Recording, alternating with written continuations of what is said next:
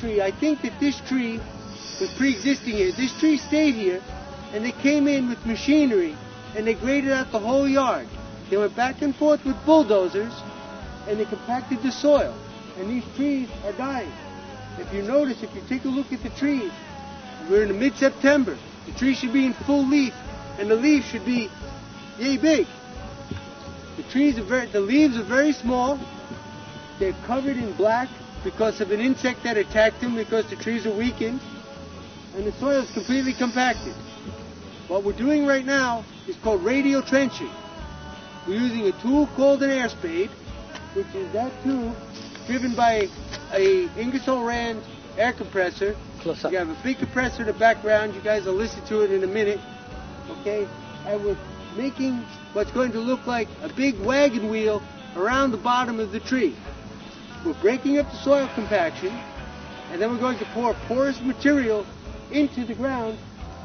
Ideally, what's going on, the soil is crushed and the roots are crushed.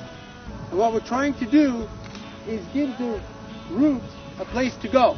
We're making a runway for the roots to travel, and we're trying to save these trees without intervention, would surely die. As we're radial trenching these trees, we're backfilling the radial trenches. Remember, boys and girls, that the problem is the compaction of the soil. We need to give these roots a place to go. It's rock hard, bone dry ground right now. So what we're doing, we're making these radial trenches, and we're making a media of permeable material. I like to use a few shovels of topsoil, and then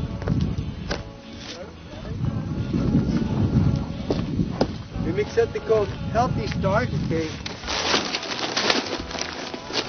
From here, we're mixing the healthy start with the topsoil. And you can look at the large pore size of this material. This is a nice porous material.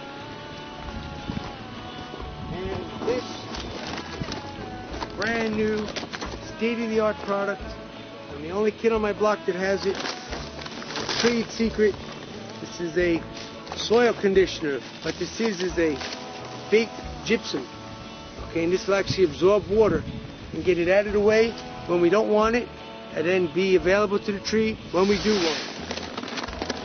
And I'm using about a third of the bag of this.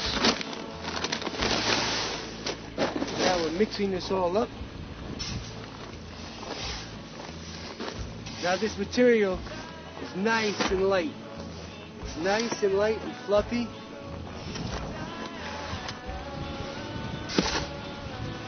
We're radial trenching the trees.